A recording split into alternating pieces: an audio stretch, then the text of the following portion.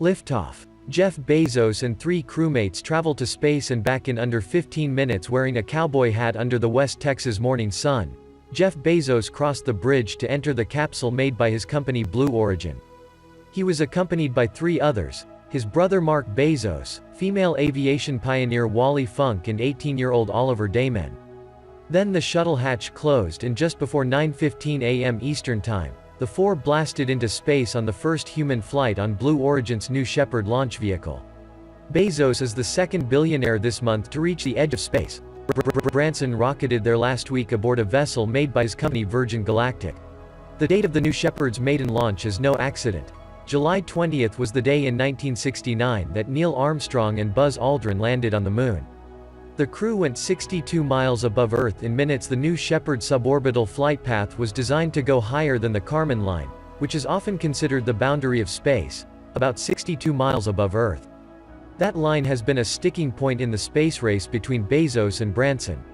Branson's Spaceship 2 hit a peak altitude of around 282,000 feet, higher than NASA's designated Earth space boundary of 50 miles, but short of the Kármán line. About 3 minutes into the flight, the boosters separated from the crew capsule. Then the New Shepard passed the Kármán line, with hoots of celebration heard over the in-shuttle audio. A sonic boom was heard as the booster returned to Earth. The capsule remained in the skies longer, floating against blue skies. The astronauts, as Blue Origin calls them, were briefly allowed to unbuckle. "Who wants a Skittle?" one of the Bezos brothers could be heard saying. "Oh Jeff, look at those, it's dark up here," Funk can be heard saying a minute later, apparently looking out the capsule windows. 2,000 miles an hour. At about the 8-minute mark of the flight, parachutes deployed from the capsule, to give the crew an easy touchdown. The capsule touched down in the desert sand, and a soft plume of dust rose around them. Altogether, the mission lasted roughly 11 minutes from takeoff to touchdown. After the capsule landed, cars arrived carrying crews to open the hatch and videographers to document the moment. Scant winds meant the capsule landed where it was expected to. Jeff Bezos stepped off the capsule first, followed by Damon. Then Funk emerged, her arms flung out in glee. Mark Bezos came out last, and the 4 embraced family and friends. The trip featured the youngest and oldest people to travel to space. The New Shepard's flight included both the oldest and youngest people to travel to space.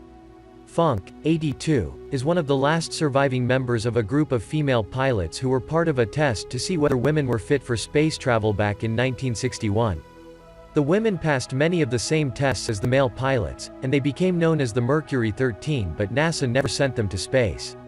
Damon, an 18-year-old Dutch student on a gap year, was the first paying customer aboard the New Shepard. His father Joost Damon, founder and CEO of Dutch investment company Somerset Capital Partners, initially secured a spot for his son on the second flight.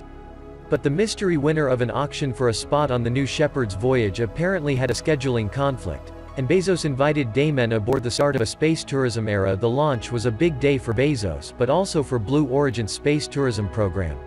The company's webcast touted that interested viewers should get in touch about booking a spot on a future Blue Origin flight. 2 more flights are scheduled for 2021. Bezos announces new $100 million awards at a news conference following the landing. Bezos announced a new philanthropic award, the Courage and Civility Award. The award's first winners are political commentator and social entrepreneur Van Jones and restaurateur and humanitarian Jose Andres. Each winner will receive $100 million, which they can give to the charities of their choice. Bezos touted that the awards feature no bureaucracy. They can give it all to their own charity, or they can share the wealth, he said. It's up to them. NPR's Scott Newman and Bill Chappelle contributed to this report.